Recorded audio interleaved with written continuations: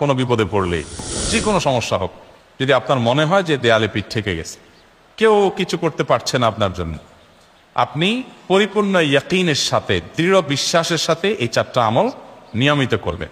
ইনশাআল্লাহ গুলি মিস হতে পারে, আপনার দোয়া মিস হবে না। সেই 4টা আমলের 1 নম্বর হলো ইস্তিগফারের আমল। ইস্তিগফার, আপনি ফেসে গেছেন কোনো জায়গা, কোনো উপায় পাচ্ছেন না, আপনি ইস্তিগফার করতে থাকেন। আস্তাগফিরুল্লাহ ওয়া আতুবু ইলাইহি, আস্তাগফিরুল্লাহ ওয়া আতুবু ইলাইহি, আস্তাগফিরুল্লাহ ওয়া আতুবু ইলাইহি। নাম্বার 2, দুরুদ।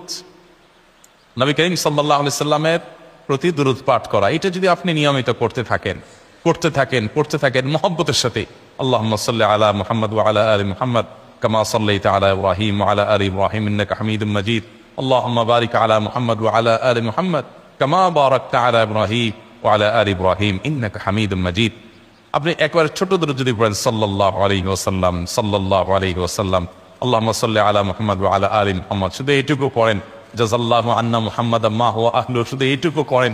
আপনি এভাবে যেই কোনো দুরূদ নবী করিম সাল্লাল্লাহু আলাইহি ওয়াসাল্লামের প্রতি যদি পড়েন এবং পড়তে থাকেন অনবরত, ইস্তিগফারের পাশাপাশি দুরূদের ক্ষেত্রে নবী করিম সাল্লাল্লাহু আলাইহি ওয়াসাল্লাম বলেছেন যে এইটা তোমার জন্য যথেষ্ট হয়ে যাবে। তুমি যদি আল্লাহর কাছে আর কোনো দোয়া করতে না পারো, শুধু দুরূদটা পড়ো, তোমার সব পেয়ে যাও। 3 নম্বর আরেকটা আমল হলো দোয়া ইউনুস। দোয়া ইউনুস, লা ইলাহা ইল্লা আনত সুবহানাক ইন্নী কুনতু মিনাজ জালিমিন। বেশি বেশি পড়তে থাকবেন, যখন বিপদে পড়বেন ইস্তিগফার আর দুরূদ পড়বেন সবচেয়ে বেশি, আর মাঝে মধ্যে দোয়া ইউনুস, লা ইলাহা ইল্লা আনত সুবহানাকা ইন্নী কুনতু মিনাজ জালিমিন। আল্লাহ সুবহানাহু ওয়া তাআলা কোরআনে কারীমে এই দোয়ার পরে বলেছেন ওয়া কাযালিকা নুনজিল মুমিনিন।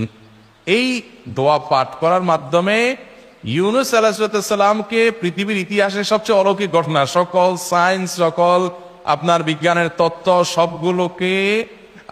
সবগুলোর বিপরীতে বা সবগুলোকে আপনার ভুল প্রমাণ করে দিয়ে ওই জায়গাটার জন্য আল্লাহ তাআলা ইউনুস আলাইহিসকে মাছের পেটে ঢোকার পর সেখান থেকে আবার জীবিত রেখে বের করেছে।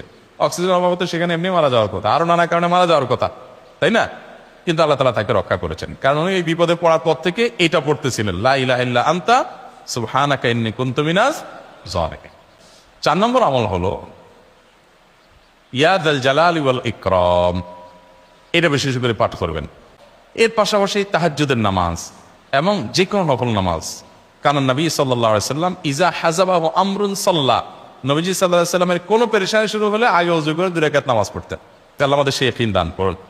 তাহাজ্জুদের সময় দোয়া অনেক বেশি দোয়া কবুল হয়। তাহলে 4টা আমল ইনশাআল্লাহ আপনাকে এই ভয়াবহ বিপদ থেকে উদ্ধার করার জন্য সাহায্য করবে ইনশাআল্লাহ।